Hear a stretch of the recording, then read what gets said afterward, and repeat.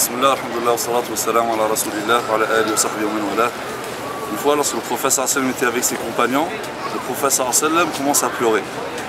Les compagnons lui disent: ô messager de Dieu, pourquoi pleures-tu? Le prophète sallam dit: j'ai hâte de rencontrer mes frères. Et là, les compagnons disent: mais ne sommes-nous pas tes frères? Et là, le prophète sallam dit: vous êtes mes compagnons. Mes frères, c'est ceux qui vont venir après moi et ils vont croire en moi sans m'avoir vu. Donc, regardez comment le prophète sallam, il parle de nous, il parle de vous, et il dit qu'il a hâte de nous voir. Et il pleure parce qu'il a hâte de nous voir. C'est à nous maintenant de nous dire, est-ce qu'il nous est arrivé une fois de pleurer parce que nous avons envie, nous avons tellement envie de voir le prophète sallallahu alayhi wa sallam. Le prophète sallallahu alayhi wa sallam, lorsqu'il faisait le Jumu'ah, à un moment, au début, lorsqu'il commençait à se fatiguer, il s'appuyait sur un tronc de palmier, donc, qui était fixé à l'endroit où il se tenait pour faire le Jumu'ah. Lorsqu'on lui a construit le mimbar, le prophète sallallahu alayhi wa sallam a fait son prêche sur le mimbar, il a trouvé qu'il était plus reposant. Donc il utilisait le mimbar et il a délaissé donc le tronc. Les compagnons disent qu'ils ont entendu le gémissement, les pleurs du tronc. Lorsque le prophète sallallahu alayhi wa sallam, lorsqu'il a entendu cela, il est descendu du mimbar et il a mis sa main sur le tronc et ça l'a calmé. Peu après, les compagnons, ils entendent le prophète sallallahu alayhi wa sallam dire « Na'am fa'alt » « oui, je le ferai ». Ensuite, le prophète sallallahu alayhi wa sallam explique, en fait, il avait dit au tronc, alors que le tronc, donc il y a eu une discussion entre le prophète sallallahu alayhi wa sallam et le tronc qui lui dit: ô messager de Dieu, comme ça tu m'abandonnes aussi facilement. Et le prophète sallallahu alayhi wa sallam lui dit: on finit toujours par quitter ce qu'on aime.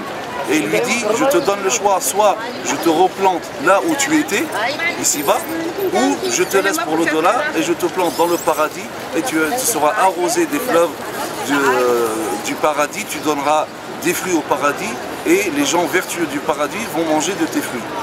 Et donc tu choisis. Et le tronc choisit d'être planté au paradis.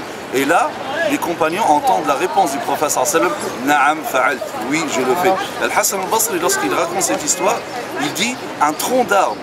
Il dit du bois. Le bois, il a eu hâte, il tient, il désire ardemment. Le prophète sallallahu alayhi wa sallam, il dit: vous êtes plus à même à avoir ce sentiment vis-à-vis du prophète sallallahu alayhi wa sallam.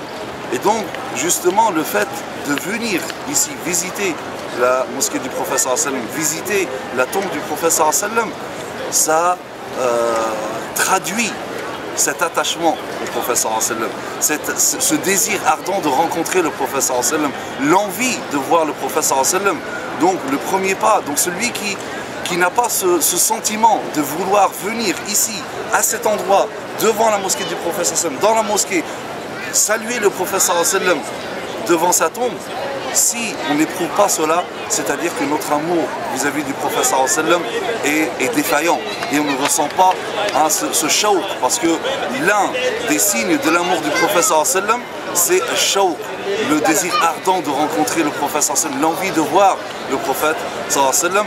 Et en premier pas, ça se traduit par le désir, l'envie de venir dans ces lieux-là, dans la mosquée du prophète sallallahu alayhi wa sallam, devant la tombe du prophète sallallahu alayhi wa sallam.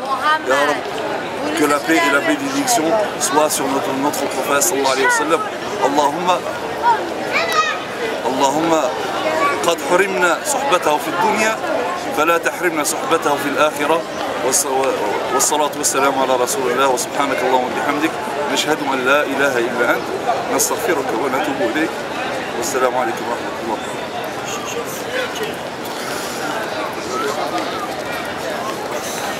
شو جت سيا